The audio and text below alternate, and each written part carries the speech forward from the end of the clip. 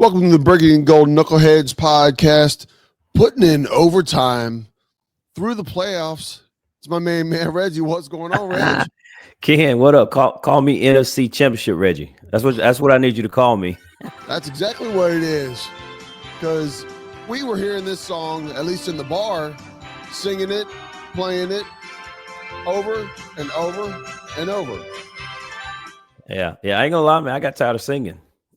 It was fun to be scoring touchdowns and singing, but I kind of got tired of singing. It's clapping and singing and having a fun. I tell you what, man. If we were in a neighborhood, we probably got a noise ordinance Yes. called on us because it was good times to be had at our fan club bar, man. And what a night it was! What a night it was, man.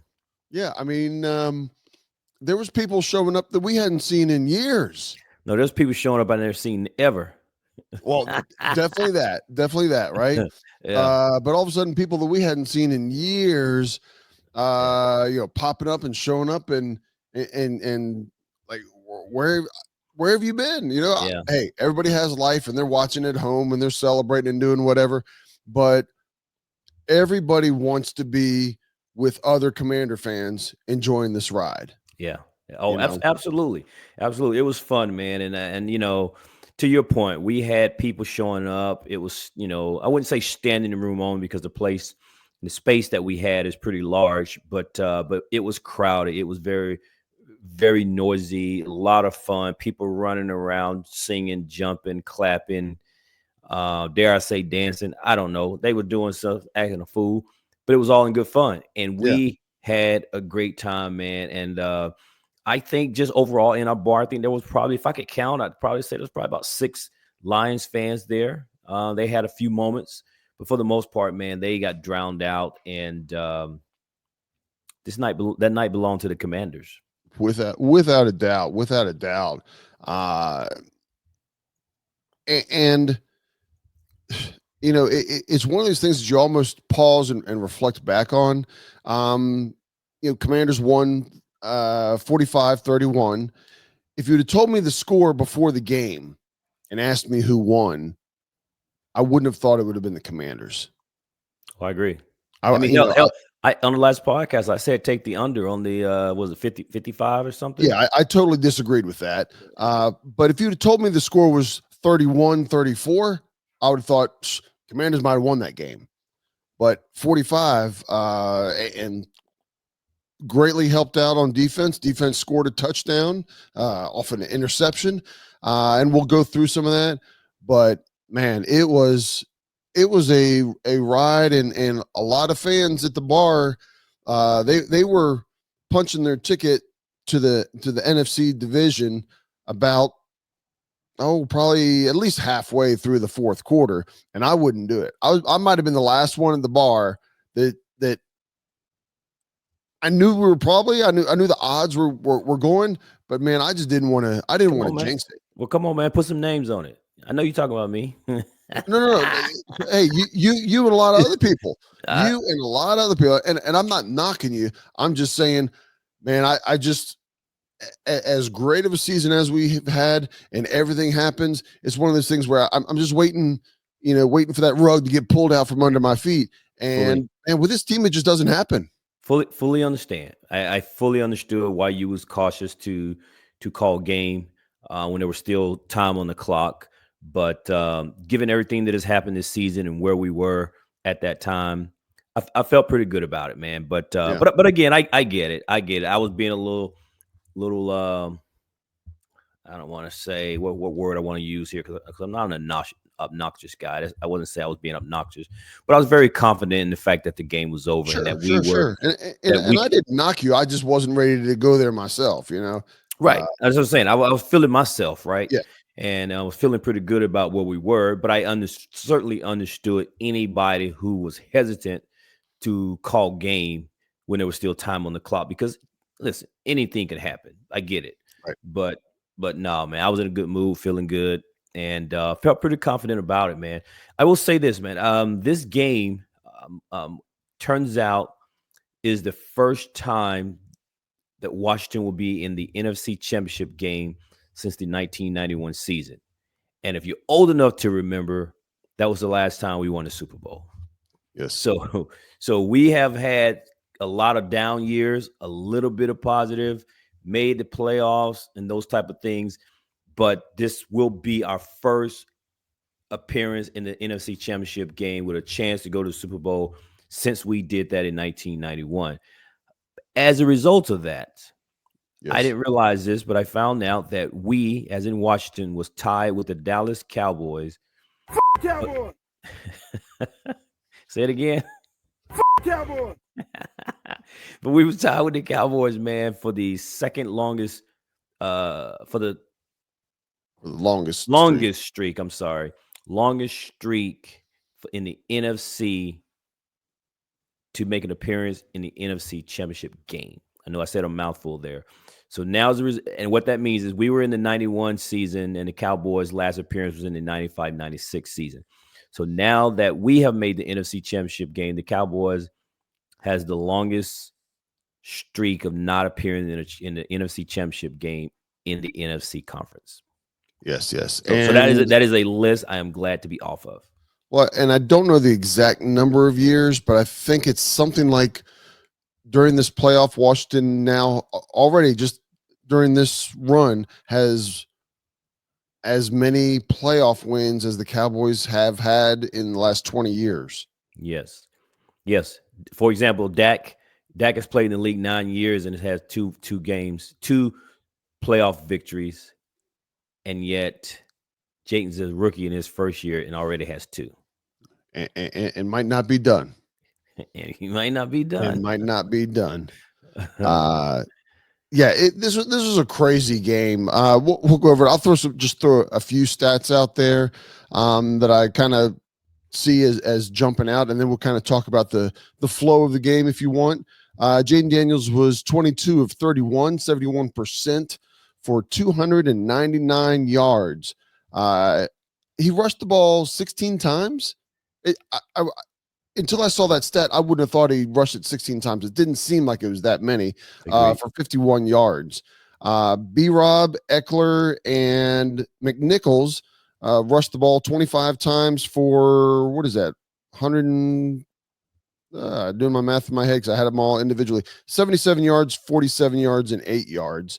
So we're in the 130-yard range off the top of my head. Eckler also had 4 catches for 41 yards. We definitely saw the impact that he was having with some of his plays. Time of possession, 34 minutes to 26 minutes. De'Ami Brown, man, he's come on in the playoffs. Yeah. 6 receptions for 98 yards. Terry had 4 for 86. Eckler had 5 catches. Crowder had 2 catches. And Bates, only 1 catch. But man, that was a big that was the kind of the final nail in the coffin first down that he picked up with his catch, a 20-yard catch. Washington first half, 312 yards of offense, 15 first downs. Those are the basic numbers. Other than for the Lions, man, Gibbs was a wrecking ball. 14 carries for 105 yards. He also had 6 receptions for 70 yards. You know, he accounted for 175 yards, man. He was, man, every time he had the ball, he scared me. But Washington is now 4-0 lifetime against the Lions in the playoffs. The Lions have never beat Washington in the playoffs. And that's the same for the Cowboys. Cowboys have never, since we brought them up, have never beat Washington in the playoffs as well.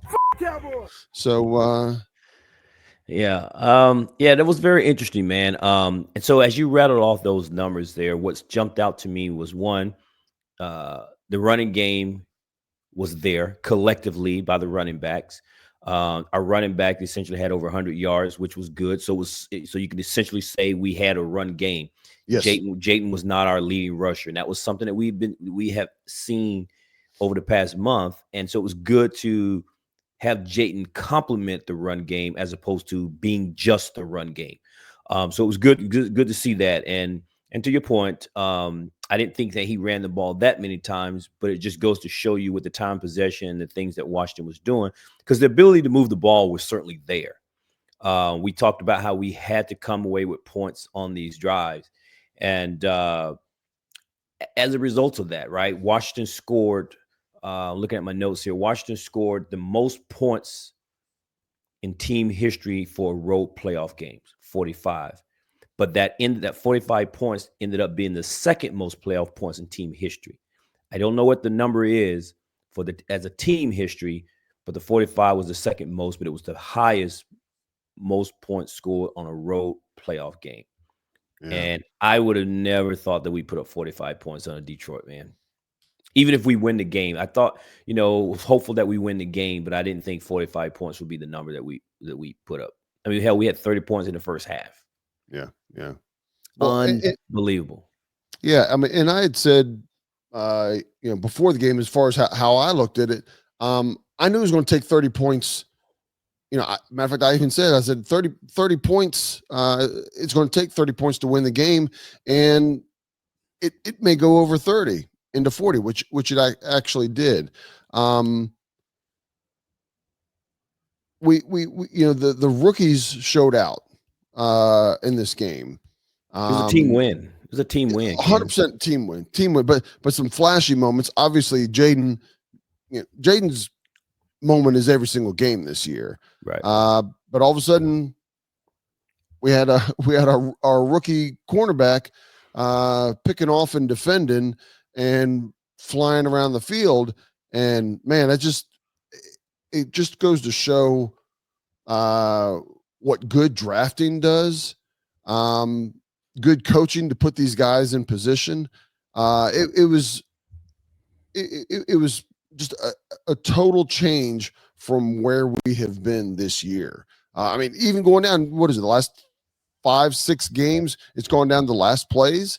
Right. And here's one. I felt like it was going to go down to the last play, right? I was the last one to kind of breathe and go, okay, we won this game.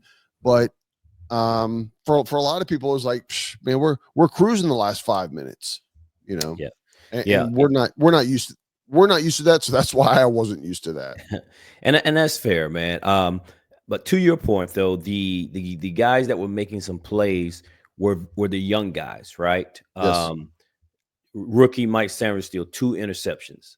Second-year player, safety Quan Martin with a pick 6, right? And the defense ended the game with 4 interceptions because I think there was a game-sealing interception by Jeremy Chin that allowed them to kind of get into victory formation. But then the defense gets 2 sacks, forced fumble, 5 tackle for losses.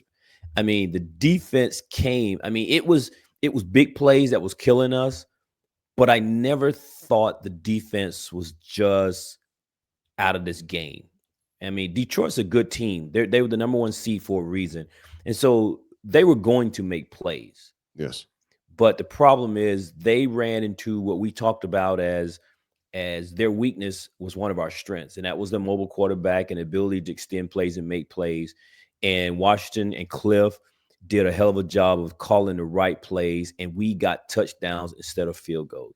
And to me, I felt like if we could do that, I had a feeling that was going to keep the pressure on Detroit. It was going to make Ben Johnson try to do some things that maybe he was uncomfortable doing because we were comfortable playing close games.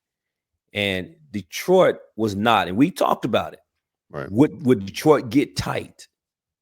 And Ben Johnson was doing his thing, but defensively, man, they just could not stop Jayden Daniels and Cliff Kingsbury going up and down the field and getting points, man. And I couldn't help but think about Ben Johnson. Ben Johnson was the guy that it's funny. I was just getting ready to tell you, Ben Johnson is the guy that decided to cancel the interview with Washington because he didn't want to be dealing with basketball guys, as he put it.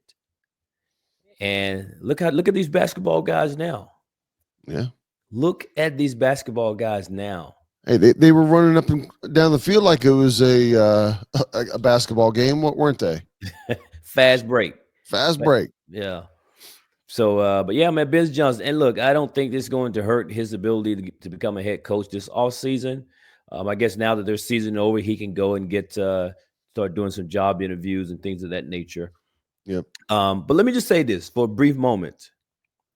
Outside of Washington, I was pulling for Detroit, in this playoff, man. And so, and having been a franchise and not had a lot of success over the past few years, I feel for their franchise, man. You had to, as a Detroit Lion fan, right? Each year they have built and gotten better and better each year. They get 15 when they go 15-2 this season, get the number 1 seed. The road to the Super Bowl, the NFC goes through Detroit. You get your first playoff game in the divisional round against the number 6 seed team, which on paper you should win. After a bye. Almost a 10-point favorite. All the experts are picking you, except one that I saw, by the way, and that one was Max Crosby. Max, come on to DC, brother. I know that. I know you're trying to get out of the Vegas. Yeah. And yet they thought this was their year. And Washington comes into the Motor City, man, and put up 45 points and sent them dudes home. Sent them, the fans, the organization. And so I felt a little bit sorry, just for a moment. I felt a little bit sorry for them because I can feel and put myself in their shoes and understand the level of disappointment they had on Saturday night, because they were ready to just go all the way to the Super Bowl and just have an excitement in Detroit Saturday night, and we spoiled the party. Yeah. And while we saw everybody flying across the field, I think there's a forgotten person in this game, because we didn't hear his name, we didn't see him, nothing. It was like when you look back, you're like, I didn't even realize he was on the field. That's Marshawn Lattimore, because he had his side locked up and they weren't throwing to him. Right? Yeah. Did you see him break up any passes? Did you see him defend any passes? Did you see anybody catch anything on him? No, because he had his side, whoever he was guarding, locked down, and they were moving to the next guy. And that's where other people were getting their interceptions or defends or whatever. Lattimore had it locked down. I think he only had one targeted towards his the person he was receiving the entire game. Another person that you didn't see or hear for a different reason was St. Juice, right? Okay. Only played 5 snaps the entire game. Kind of the opposite. They decided with what we were playing against, or the, I don't know if it was just the style or how St. Juice has been playing, the good and bad, but he only played 5 snaps.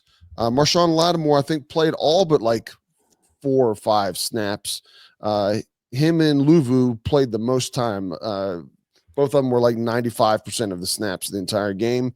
But, again, this is what we wanted Lattimore to do, right? He locked down his part and said, you other guys, you take care of that. I got this guy or this area. It's funny you say that, man. Truth be told, one of those people, I totally forgot about Marshawn Lattimore. And that was a good thing, right? And in hindsight, absolutely is a perfectly good thing. It's like I think I saw him somewhere, and I was like, oh yeah, I guess he was on the field, wasn't he? Because his job was to shut down the other side of the field, but the defense was highlighted obviously by the interceptions and the big tackle for losses and the sexy plays that the defense were making. And to your point, the fact that they had to, Jared Goff had to hold on to the ball a little bit longer and go some other places was simply because Marshawn had the quarterback covered. The wide receiver covered on the other side of the field. Yep. But yeah, it's I kind of forgot about it, truth be told, man. Yeah, and again, absolutely. A lot of that is just getting caught up in the game and everything that transpired.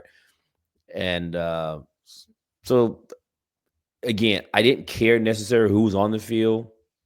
There wasn't a lot of blown coverages and things, except for allowing Jahmyr Gibbs to break off some big runs. But for the most part, the defense just kind of got after him, man. And yeah, Yeah. Well, yeah, I mean for Lattimore here, he was out. Well, he didn't play when he first came. Then he had a week or two. Kind of had mixed playing, re-injured, was out another week or two, and now he's playing along. And this is a sign that not only is he back and healthy, but the rest of the team, they're in sync. Mm-hmm. Right? They're all in sync of where they're supposed to do, what they're going to do at the same time. It helps the safety knowing if Lattimore is playing like this next week, the safety can cheat another step or two away from him. It's these kinds of things that you can start doing that makes your defense be able to take those little chances, be a little more aggressive in your style of playing. So, Yeah. I mean, they're gonna have to bring that A game again. I mean, this was probably one of the most complete games we've seen this team play in a long time, and they're gonna have to do that again if you're gonna earn the right to go to the big dance and get to the Super Bowl. Because right now we're one of the Final Four, right? We're in the Final Four, yep. and to make it to the final championship game, the Super Bowl, they're gonna have to bring their A game. And at the time of us recording this podcast here, we do know that Washington will be traveling to Philadelphia in a rubber match, if you will, for the third time this season against the Philadelphia Eagles.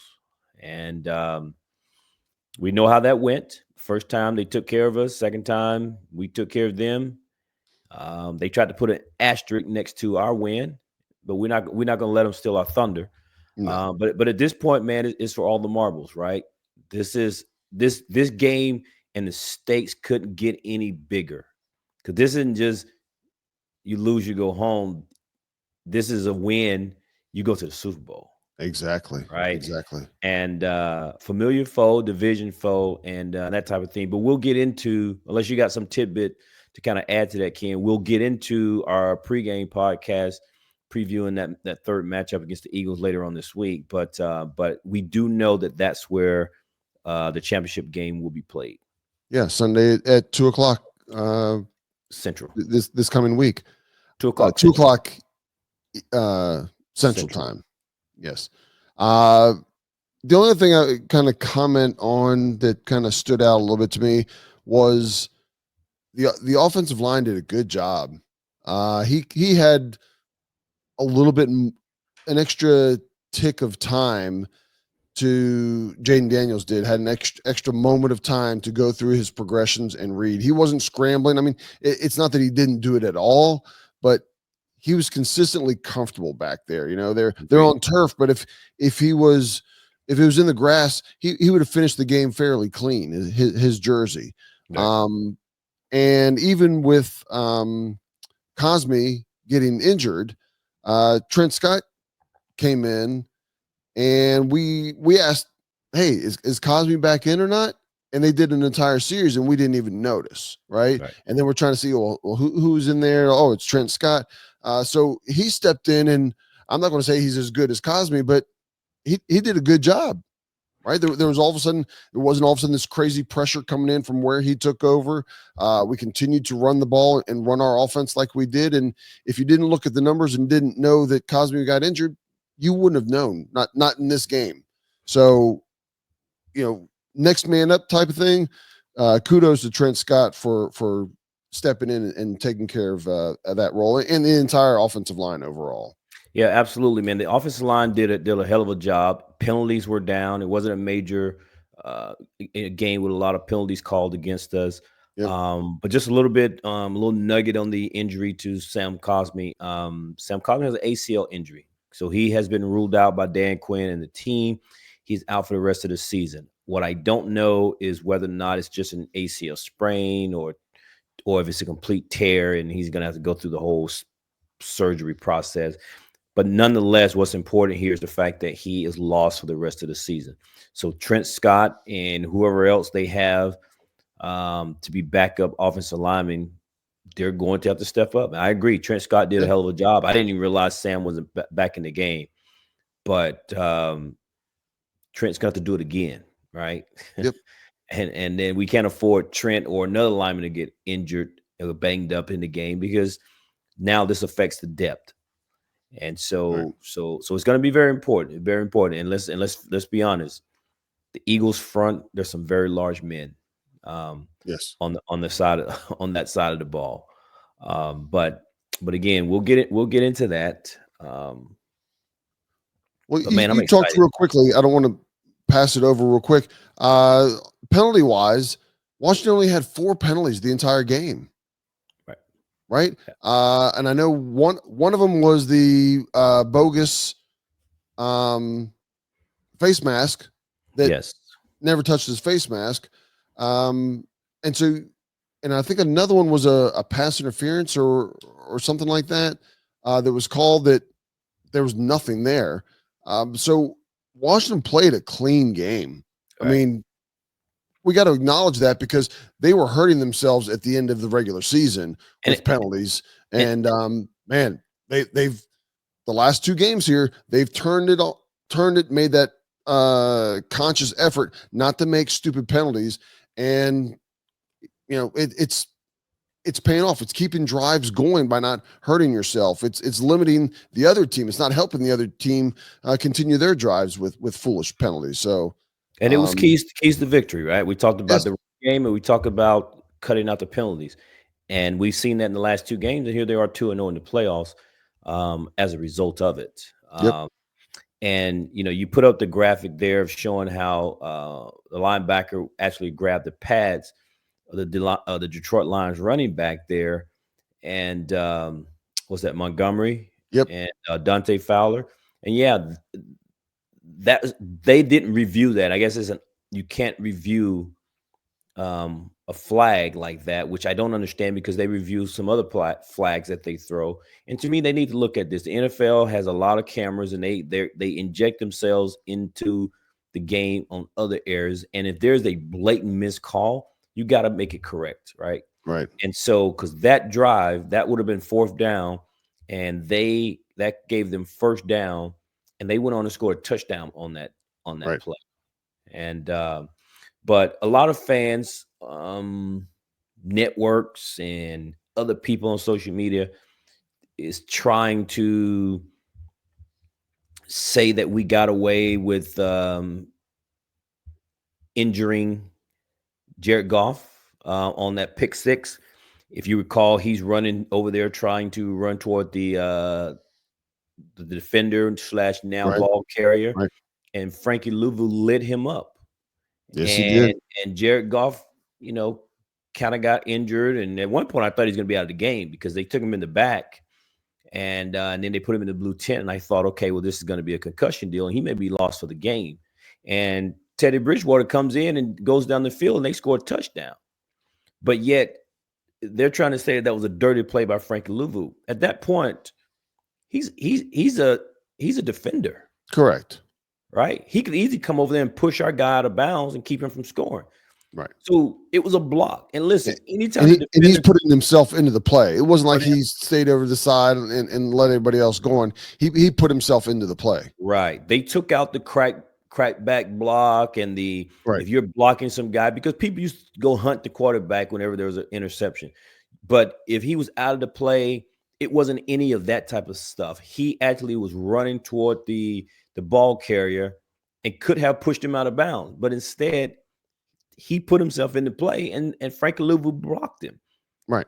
And so it's a part of a play. But what was funny is Detroit media was talking about Jayden Daniels as a runner and how he better be careful. And if he runs and gets hurt, and we're not going to apologize if Jayden Daniels gets hurt and ends up in the blue tent. But then their guy gets hurt, and now all of a sudden it's a dirty play and that type of thing. He wasn't flagged for it during the game. And from my understanding, they're petitioning for him to be fined and suspended and all this other kind of crazy stuff. He's not getting suspended. And I think that's bull. But yes, he shouldn't even be fined, in my opinion. He probably won't be. I'll be surprised, even though if it had been Patrick Mahomes, he probably would have been ejected from the game, though. Patrick Mahomes has. I think he plays the game. You know how, like, during practice you wear like a yellow jersey to signify you're the quarterback. Right. I think he has one on during the game because he gets any and every little play. Yeah. Well, there's always guys like that, man, that gets the play call. That's just, I'm not saying it's right, but that's just what it is. I mean, had it been Tom Brady, Aaron Rodgers, Peyton Manning, right? Some of the greats, they get that call. But look, Jared Goff put himself in that play by running over there. He knows he's going to get blocked. 100%. All right, that's just what it is. Or don't throw the damn pick six, right? But hey, game is over. They're going home. They're on their way to Cancun, and we're on to Philly. Well, I mean, Dan Campbell did tell Minnesota coach, "We'll see you in 2 weeks." And remember that? Right. That's right. And they are. They're going to see each other in 2 weeks. They're both going to be in Cancun, sitting on the beach drinking margaritas. Right. So he looked in the crystal ball and saw the future. He was right. He was right. He was absolutely right. So, but man, what a wonderful time! What a wonderful game. I kept hearing the theme last night was, "Oh my God, I can't believe this. Is this real?" Right? It was a wonderful thing, man. And I think if you're a Washington fan, man, we've been through some bad times, and this is a wonderful time to be a fan. But, without a doubt, we're gonna enjoy this. At this point, we don't want to stop, right? We don't want to stop this. No. We got 2 more wins, hopefully in our future, and if we don't, then we don't. But we're gonna all ride together at the bar. All the players are gonna be riding together, and I'm interested to see what the Washington fan turnout is going to be in Philadelphia. It's only a couple hours up the road. Yeah. I know Philly is a very hostile fan base. They're going to have to bring in probably extra security everywhere with Washington fans, but I'm going to be interested on this one to see how much burgundy and gold we see there in Philly, because it's an easy trip. It's you really don't even need to get a hotel. You drive up in the morning. It's Eastern time's a 3 o'clock start. The game's over by 6 or 7. You drive right back home. All you need is the ticket. Well, we shall see. We shall see. This is there's gonna be a whole lot of familiarities with this setup. The travel, the teams, the coaches, the hotels, everything that you've done already, they're just gonna do it again. They're going to go back and pull up the itinerary. Let's go back and do that again, right? We're all the time, when we left, how we got there, where we stayed. Everything's familiar. Right? Everything. So it's going to be fun. It's going to be fun. I'm looking forward to it. And hail to the Commanders. Yeah, we'll be talking about it and breaking this game down. I'm sure some of the things we'll be familiar with other times we talked about about the previous Philadelphia games, but things are changing, right? We are not the team the first time that we played, and man, this team's just getting more and more experience and more comfortable with each other. I already said, more and more comfortable with Marshawn Lattimore being back there, and it's showing every week. They're continuing to grow and get better. This is excitingly crazy. This is the right time to be hitting the stride, man. Yes, trying to play your best ball this time of the year. That's all I got. You got anything else, Reg? I got nothing else, man, other than hail to the Commanders. Let's go, baby. Let's go. Until next week, peace out, knuckleheads. Peace out, y'all.